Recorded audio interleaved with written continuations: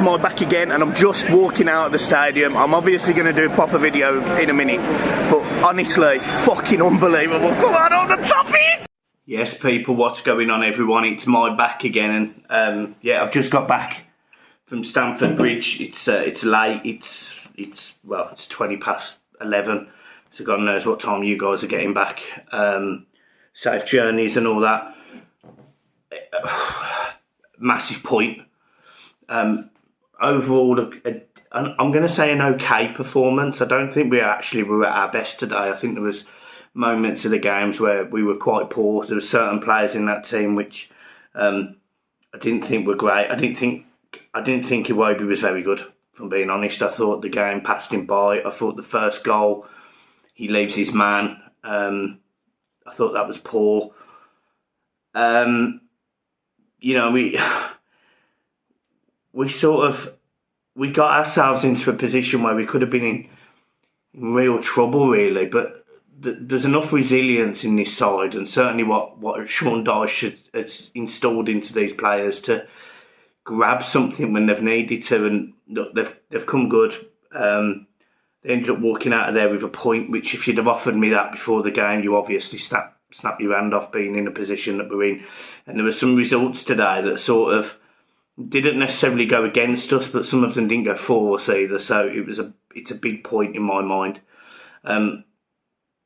Talking about the game, Ben Godfrey's touch and passing at times was woeful. Defensively, at times we looked a little bit rash. We didn't quite know how to handle Enzo in the middle of the park. Yao Felix, what a football player he is. He's absolutely sensational. Caused us all sorts of problems in the first half. Coleman, again, actually, I'm going to say he did get caught a couple of times, but apart from that, I actually thought he played quite well. The midfield, I think Garner was trying to snap into tackles.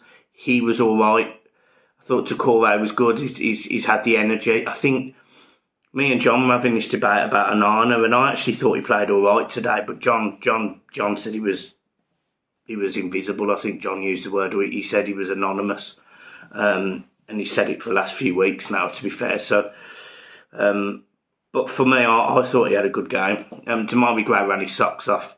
Dwight McNeil, he did what he could. It was difficult for him because what Chelsea had on that side is pace and physicality, which is two things that unfortunately McNeil doesn't really have. He's going up against Reece James, who is a good footballer, but you know, he did create chances. There was certainly one opportunity in the first half where he gets the ball on his left foot, he shoots and he puts it over.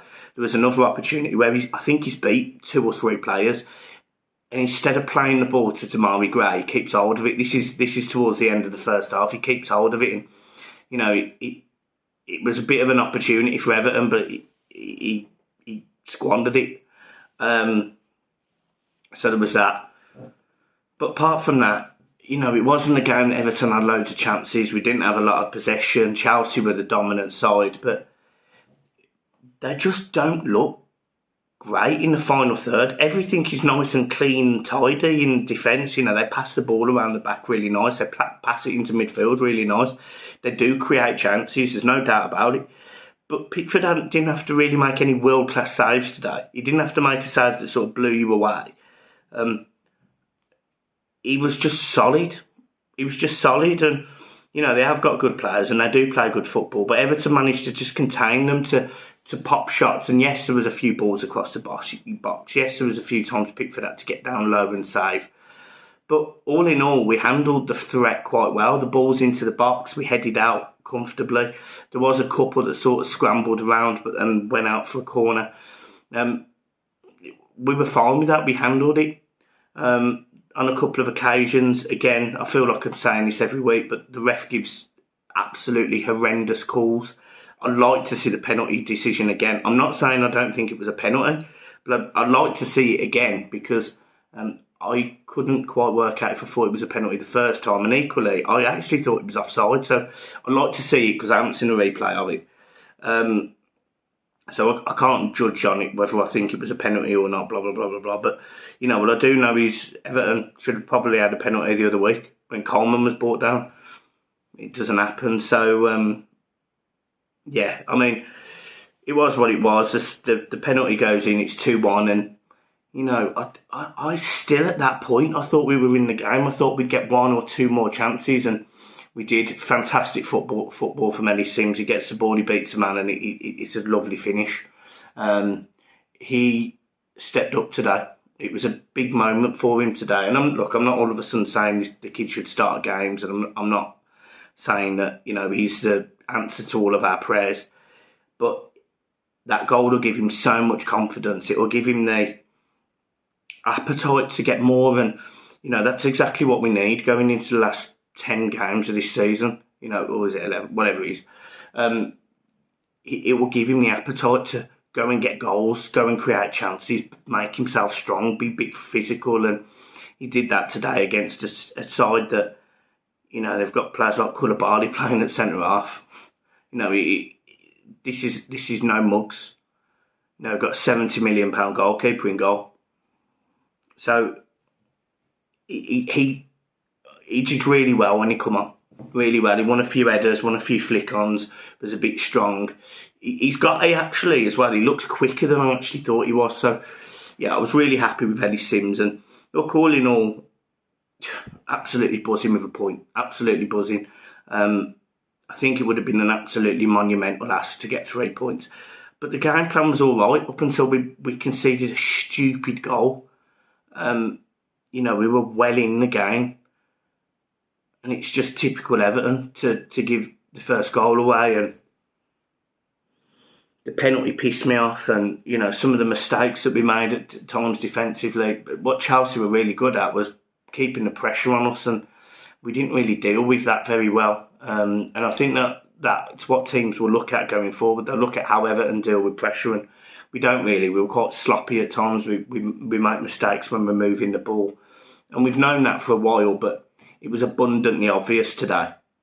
But we still managed to get out with a point, and we still managed to, you know, be absolutely brilliant. I mean, my voice is finished. My voice is finished.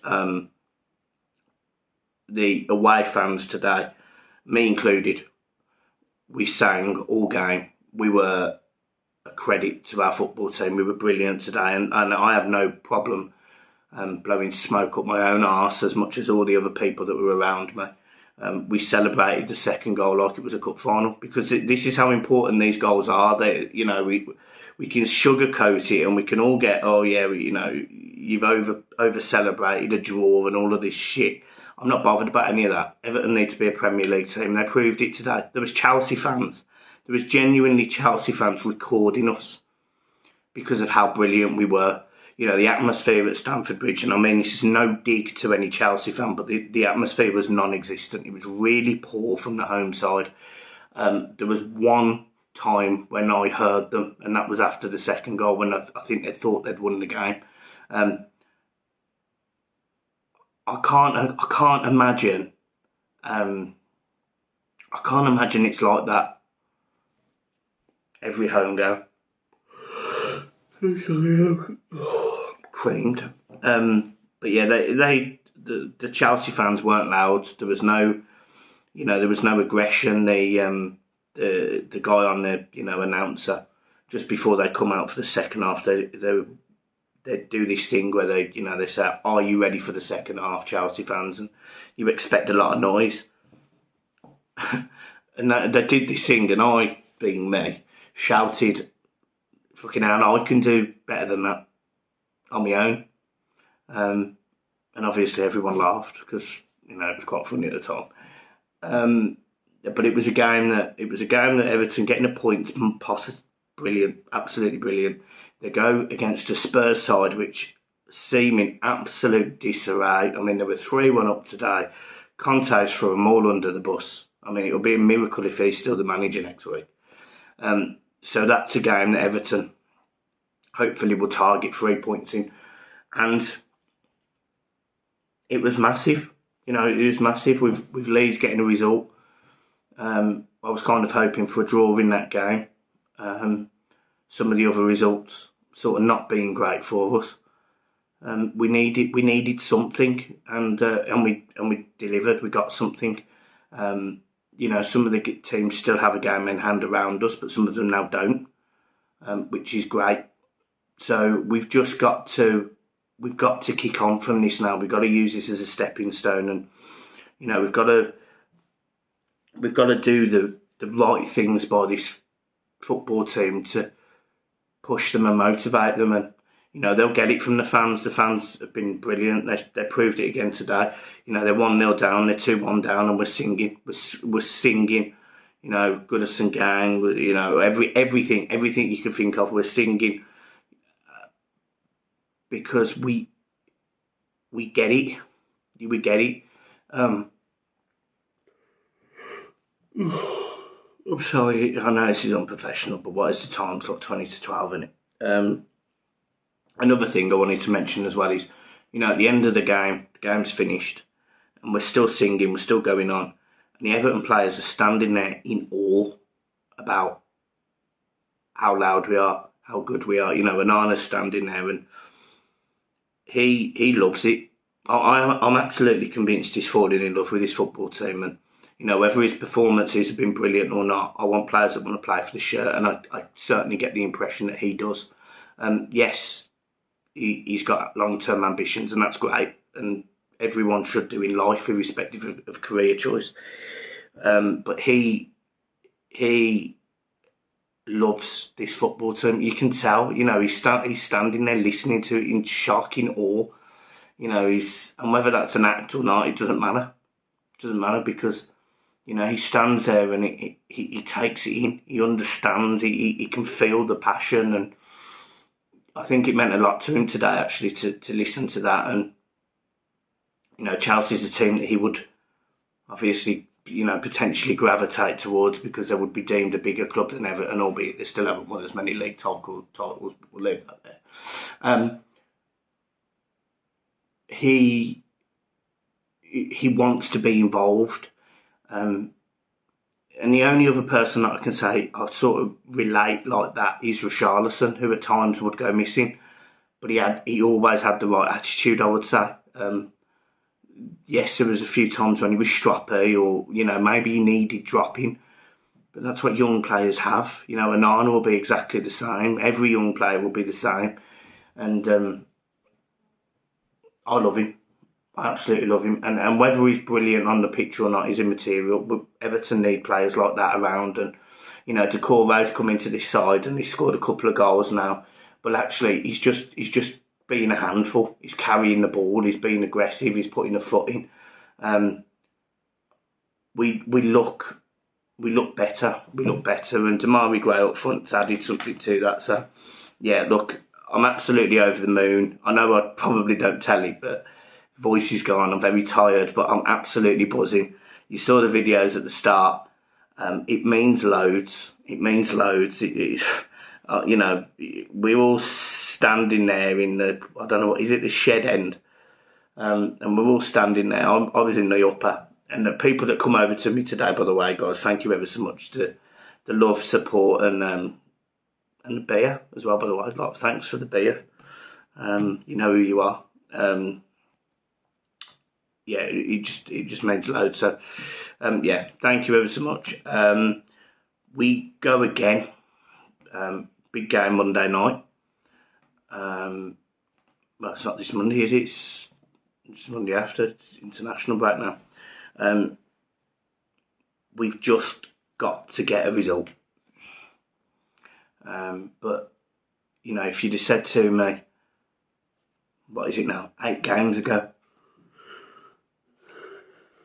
yeah, Everton would be sitting 15th and Sean Dyche would have picked up, 11 points out of 8 games. I would have snapped your hand off, bearing in mind that we were going nowhere fast under Frank Lampard, who had secured, 15 or 14 points in 20 games. So Sean Dyche has done a magnificent job. You can tell he still is on his team, but he's getting there. But yeah, all in all, buzzing. I'm going to give him man of the match.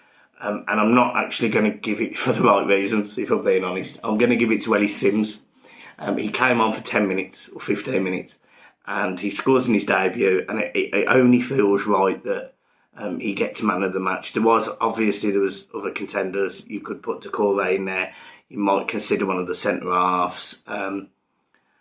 But for me, just because he got his goal, first senior goal, it means a lot to him. It means a lot to us. Yeah, I'll give it to Ellie Sims. Thoroughly deserved. Guys, I'm leaving it there. Keep smiling. Brilliant support as always. Lots of love. And yeah, up the fucking toffees.